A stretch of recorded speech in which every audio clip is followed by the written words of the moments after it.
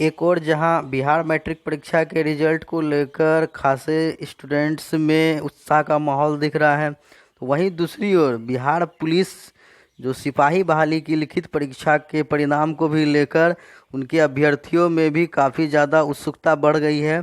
क्योंकि जहां तक आपको बता दें कि लिखित परीक्षा का जो परिणाम है वो मई 2020 तक आने की संभावना बताई जा रही है। लेकिन यहाँ पर चूंकि मई के आज 26 तारीख हो गए हैं, तो उम्मीद है कि अगर मई के अंतिम सप्ताह तक नहीं आ सकी तो जून के प्रथम सप्ताह में यह रिजल्ट आने की संभावना पूरी तरह से बन रही है। और जैसे ही यह रिजल्ट आ जाएगी तो इसको देखते हुए इसके बाद आपके जो शारीरिक दक्षता परीक्षा आयोजित की जाएगी और उसकी जो आपके जो शेड्यूल है वो तारीख आपकी जारी कर दी जाएगी। तो यहाँ पर आप लोगों को बता दें कि जो सिपाही बहाली के लिए आपके 2 चरणों में लिखित परीक्षा हुई थी, जो कि एक बार पहले 12 जनवरी को 2 पालियों में और फिर दूसरे बार जो हुई थी 8 मार्च को। तो वहाँ पर 11 लाख अभ्यर्थी परीक्षा में शामिल हुए थे और दूसरे चरण की परीक्षा के बीच जो अंतराल काफ़ी लंबा रहा, इसी कारण से जो कॉपियों की जांच में थोड़ा वक्त लग रहा है। तो आपको एक चीज़ और बता दें कि यहाँ पर आप लोगों के कुल 11,880 पदों पर यहाँ बहाली की जानी है। तो जो आप लोगों के इसके तहत जो लिखित परीक्षा हुई है, इसके आधार पर आपको शारीरिक परीक्षा के लिए 5 गुना ज़्यादा सीट से, यानी कि आपके 11,880 पद हैं, तो इससे 5 गुना ज़्यादा अभ्यर्थियों का चयन किया जाएगा। तो आइए मैं इसके बाद जो चयन की प्रक्रिया की पूरी मैं डिटेल्स में आज आपको जानकारी दे रहा हूं, ताकि स्टूडेंट्स आप लोग पहले से यहां पर रेडी रहें ताकि कोई दिक्कत ना हो। तो आइए, ये है आपका अपना YouTube channel Vidya Vihar computer classes. मैं हूं विजय सर और चलते हैं आज इसकी डिटेल्स जानकारी लेते हैं कि अब लिखित परीक्षा के परिणाम आने के बाद हमें कितनी तेज़ी से कौन कौन सी तैयारियां करनी है। तो सबसे पहले स्टूडेंट्स, अगर आप लोग बिहार पुलिस में जाना चाहते हैं तो यहाँ एक चीज़ सुनिश्चित कर लें कि वो सामान्य कोटि या पिछड़ा वर्ग कोटि के जो पुरुष उम्मीदवार हैं वो अपनी लंबाई को 165 सेंटीमीटर माप कर फिक्स कर लें।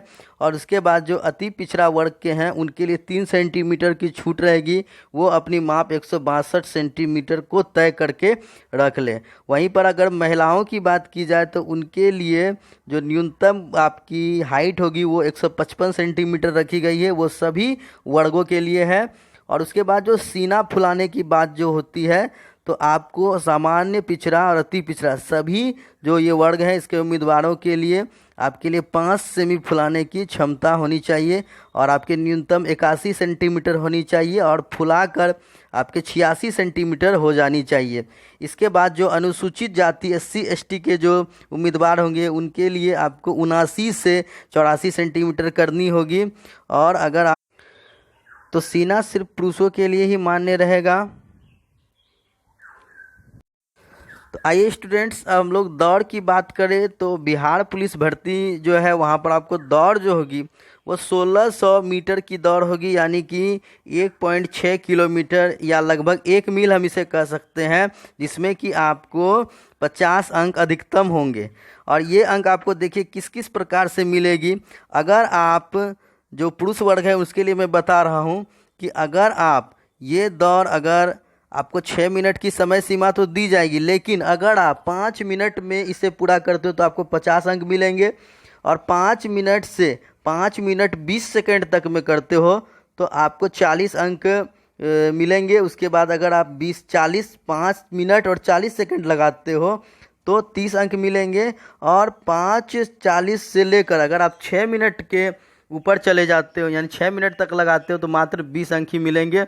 और जिसकी 6 मिनट में दौड़ पूरी नहीं होगी वो इस दौड़ से बाहर हो जाएंगे। तो उम्मीदवार आप लोग इस चीज़ को बेहद ही ध्यान रखें कि दौड़ जो आपको तैयारी करनी है तो 5 मिनट की ही टारगेट को लेकर आपको करनी होगी, ताकि आप यहाँ पर 50 अंक प्राप्त कर सकें। वहीं अगर महिलाओं की बात करें तो यहाँ महिलाओं के लिए भी जो दौड़ है वो इतनी ही दौड़ रहेगी और वहाँ भी सारी जो यहाँ पर जो इसकी प्रक्रिया है वो महिलाओं के लिए भी बिल्कुल पुरुष के जैसी ही होगी। इसके बाद हम बात करें गोला फेंक की, तो गोला फेंक में अगर देखा जाए तो सभी पुरुष वर्ग के लिए जो गोले का वज़न होगा वह 16 पाउंड होगा या आपके 7.25 किलोग्राम का होगा। और इसमें भी देखिए आपको जो अंक मिलेंगे वो आपको गोला फेंकने की दूरी के आधार पे ही अंक मिलेंगे। तो अगर आप देखेंगे न्यूनतम जो गोला फेंकने की दूरी होगी वो 16 फीट होगी। अगर आप 20 फीट से अधिक फेंक देते हो तो आपको वहाँ पर 25 अंक मिल जाएंगे। लेकिन अगर आप 19 फीट से अधिक लेकिन 20 फीट के बीच रखते हो तो 21 अंक मिलेंगे। और 18 फीट से ऊपर जाने पे 17 अंक मिलेंगे। और 17 फीट से ऊपर जाने पे 13 अंक। और अगर आप 16 फीट से ही अधिक फेंकते हो, थोड़ी सी अधिक, तो 9 अंक मिलेंगे। लेकिन 16 फीट से अगर कम होती है तो आप अयोग्य घोषित कर दिए जाओगे। वहीं पर महिलाओं के लिए अगर गोले की वज़न की बात की जाए तो यह 12 पाउंड यानी कि लगभग आपके 5.5 किलो से थोड़ी सी कम रहेगी। तो महिलाओं के लिए जो गोला फेंकने की जो यहाँ पर अंकों का जो यह प्रक्रिया होगी, अगर 14 फीट से अधिक फेंकते हैं तो वहाँ पर 25 अंक दिए जाएंगे।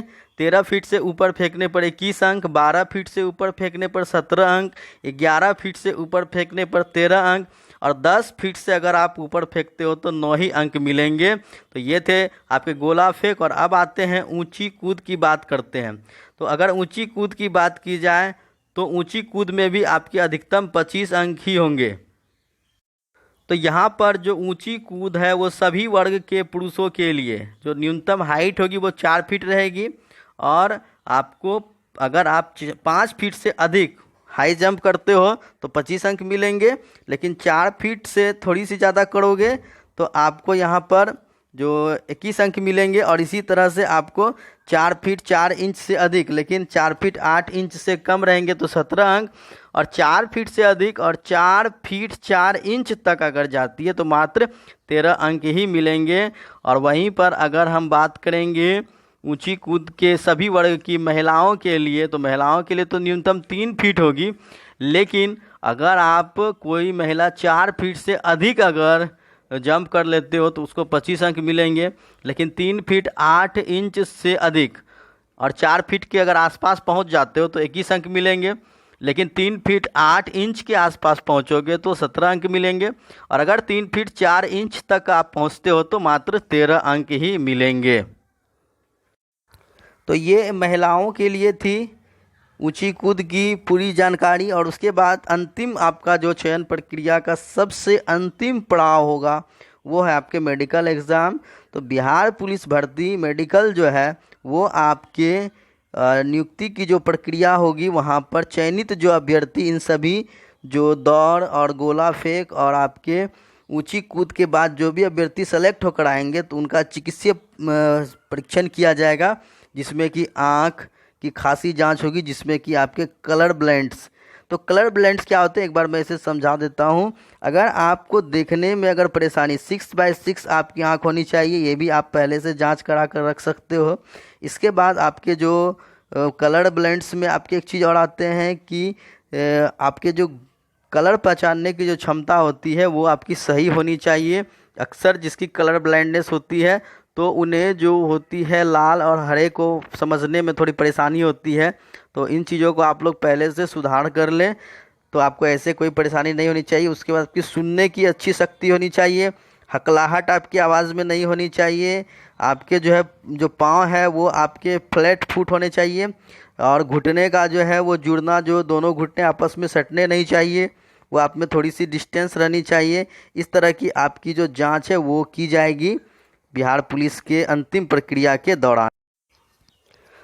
तो स्टूडेंट्स यहाँ पर बिहार पुलिस की जो सारी जानकारी थी हमने आपको दे दी है यहाँ पर आपको। और ये आपका अपना चैनल है विद्या विहार कंपटीशन क्लासेस। यहाँ पर आपको लगातार इस तरह की सारी अपडेट्स मिलती रहेंगी। तो इस चैनल को ज़रूर सब्सक्राइब कर लें और थम्स अप करना ना भूलें। वीडियो पसंद आए तो शेयर भी करें और बने रहिए इस चैनल के साथ, आपको बेहतरीन सब जानकारी दी जाएगी। तो मिलते हैं एक और नए जानकारी के साथ आपके बीच। तब तक के लिए आप लोगों के लिए बेस्ट ऑफ लक स्टूडेंट्स। उम्मीद है कि आप लोग ज़रूर चयनित होंगे बिहार पुलिस परीक्षा में। तो इसके साथ ही आज की यहाँ पर जो जानकारी को समाप्त करते हैं। तब तक के लिए गुड बाय।